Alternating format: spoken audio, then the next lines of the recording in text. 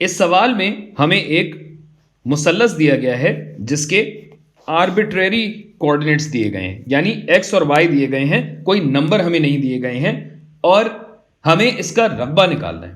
हम ये चाह रहे हैं कि ऐसा कोई फॉर्मूला निकल आए जिसके जरिए इन 3 सेट्स ऑफ कोऑर्डिनेट्स को इस्तेमाल करके हम रकबा निकाल सके, यानी ऐसा फॉर्मूला जो किसी भी मुसल्लस पे लागू हो। तो भाई सबसे पहले तो इस पे कुछ खुतूत खींचने। यहां पे अगर मैं एक लाइन बनाऊं, एक लाइन यहां बनाऊं और यहां से अगर मैं 2 लाइनें बनाऊं तो आप देख सकते हैं कि ये एक क्यूब यानी मुस्ततील बन रहा है, जो मैं बना के आपको अभी दिखाता हूं। ये मैंने हटाया और ये लाइनें बना के हमारे पास सिचुएशन आ गई। थोड़ी सी घिचपिच लग रही है लेकिन मैं आपको ये क्लेरिफाई कर देता हूं। देखें भाई, ये पॉइंट है x2 और y2, ये पॉइंट है x1 y1 और ये पॉइंट है x3 y3। तो सबसे पहले अगर हम x में देखें, इस पॉइंट से इस पॉइंट तक का फासला कितना होगा? ये फासला होगा x3 माइनस x1, जो कि ये रहा। अब अगर इसकी मुस्ततील की लंबाई अगर हम देखना चाहें तो लंबाई के लिए टॉप मोस्ट पॉइंट, सबसे ऊंचा पॉइंट क्या है? y2, सबसे निचला पॉइंट है y1, तो y2 माइनस y1 ये लंबाई हो गई मुस्ततील की। अच्छा, अब इस पॉइंट से इस पॉइंट तक का फासला कितना है? ये होगा x3 माइनस x2, जबकि इन 2 पॉइंट्स के दरमियान मतलब ये जो फासला है ये क्या होगा? x2 minus x1। और इसी तरह अगर तूल में भी फासले देख लें तो ये हो जाएगा y2 माइनस y3, जबकि ये वाला फासला हो जाएगा y3 जो कि बड़ा है minus y1।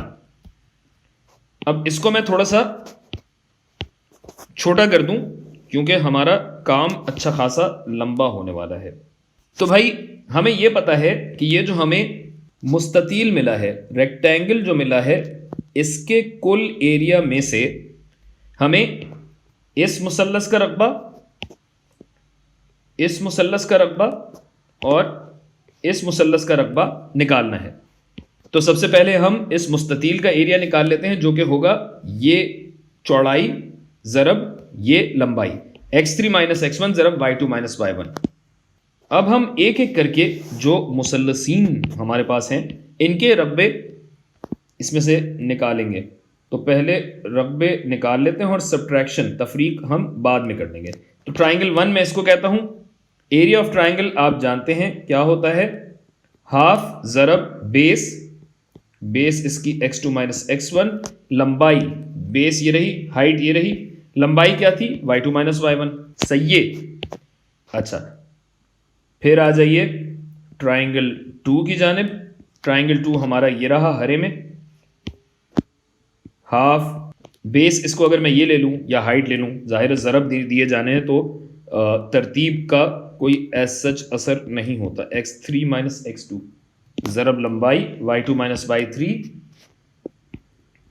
y2 minus y3, अरे ये तो भूल ही गए। अच्छा जी, फिर आता है ट्राइंगल 3 जो कि ये नीला वाला है, ये हो जाएगा x3 minus x1 ज़रब y3 minus y1। तो चलें अब हम इन सब की तसहील कर लेते हैं, सिंप्लीफिकेशन कर लेते हैं। देखें भाई, सबसे पहली चीज तो ये है कि चूंकि मुझे इन सब को जमा करके इसमें से निकालना होगा और मेरा जवाब नीचे यहां कहीं आएगा, मैं देख सकता हूं कि ये आधा आधा और आधा है और ये एक पूरा है। तो अगर मैं इन सब को 2 से ज़रब दे दूं तो क्या होगा भाई कि ये जो आधा आधा है ना ये कट जाएगा और बस ये जो कुल रकबा मेरे पास है इसको मैं 2 से ज़रब दे देता हूं। बात अगर समझ में ना आए तो आपको खुली छूट है कि आप वीडियो रोकें और इसे सॉल्व करने की कोशिश कीजिए, अपने हाथ से किसी कागज़ पे कर लीजिए। तो जनाब ये क्या होगा? ये होगा x3 ज़रब y1 ज़रब 2 2x3y1 minus 2x3y2। जगह कम पड़ रही है, ये आप समझ ही चुके हैं, तो मैं इसको छोटा कर दूं और क्योंकि मैं चाह रहा हूं कि सब कुछ एक ही सफ़े पे हो जाए, ताकि सब सामने सामने हो। आप कभी ये ना कह सकें कि सर ये तो अगले सफ़े पे चला गया तो मैं कंफ्यूज हो गया या हो गई। अक्सर मर्द हजरात ही शिकायत करते हुए पाए जाते हैं। अच्छा जी, 2 टाइम्स x3 y2, इसको मैं y2 कर देता हूँ और इसको y1 कर देता हूँ, y2 और ये y1। और अब ये 2 ज़रब -x1 ज़रब y2 -2 x1 y2 plus 2 x1 y1। ठीक है भाई, तो ये हम करते हैं, इसको हम और थोड़ा सा इधर ले आते हैं। अच्छा जी, इसको थोड़ा और करीब ले आए हम। अच्छा, चूंकि ये a1 में से ये भी माइनस होगा, ये भी माइनस होगा, ये भी माइनस होगा, तो मैं माइनस से यहीं ज़रब दे देता हूं।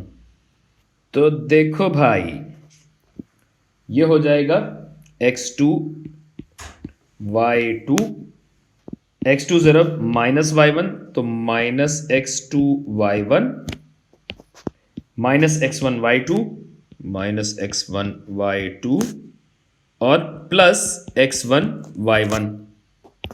एक ये हो गया।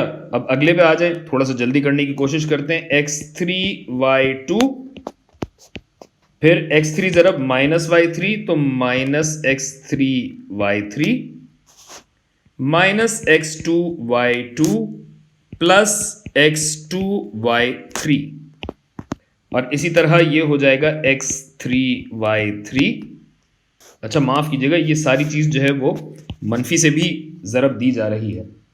चलिए ये एक साथ कर लेते हैं, ये मैं हटा देता हूँ, ये हम एक साथ कर लेंगे।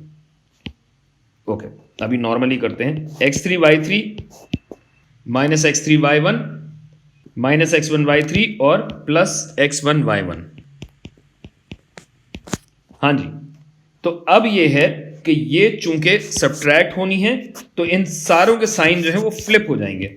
जो पॉजिटिव है वो नेगेटिव और जो नेगेटिव है वो पॉजिटिव हो जाएगा। तो माइनस प्लस प्लस, ये हो गया माइनस, ये माइनस प्लस प्लस और ये माइनस, माइनस प्लस प्लस और ये माइनस।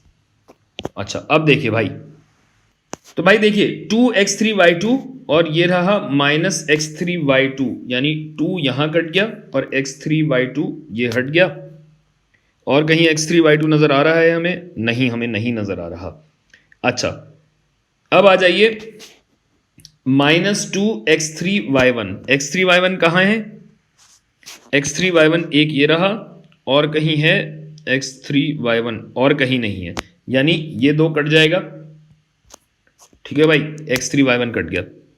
अब -2x1y2 -2x1y2 x1 और y2, x1 y2 ये रहा और बस यही है। तो चलें, ये कट गया और x1 y2 हमारा हो गया, प्लस 2x1 y1।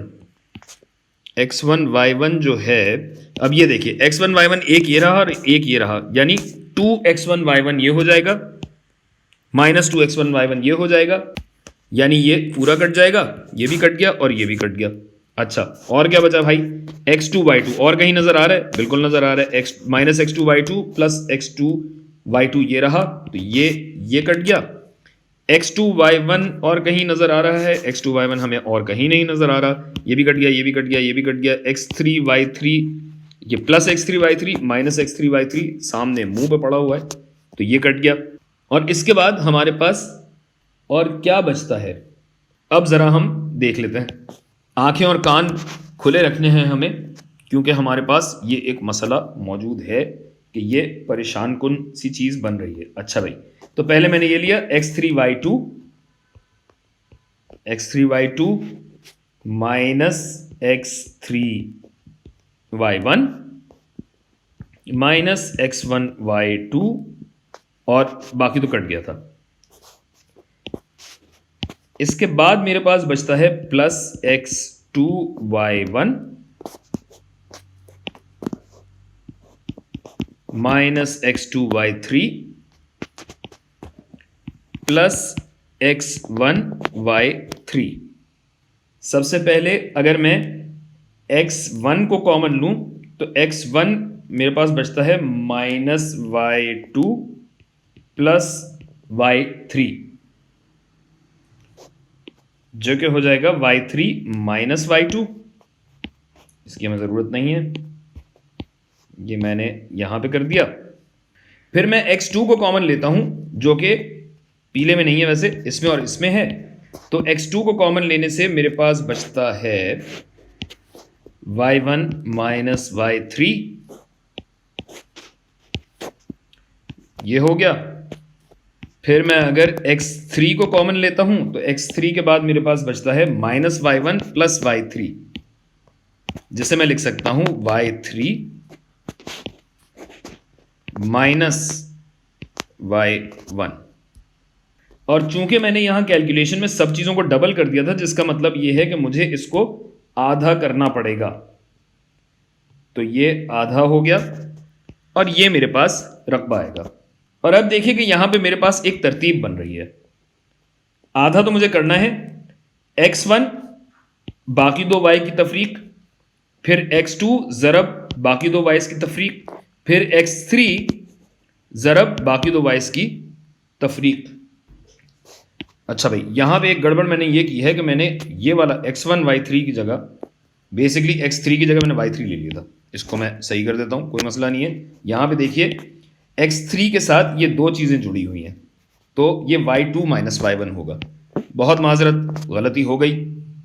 अच्छा, अब चक्कर ये है कि देखें यहां पे हमें नंबर्स तो दिए हुए नहीं हैं, हमें ये नहीं बताया गया कि x पॉजिटिव है या y पॉजिटिव है, और ना ही कोई ख़ास तरतीब है जिसमें ये नंबर्स हम लोग या कोऑर्डिनेट्स हम लोग फॉर्मूले में डाल सकते हैं।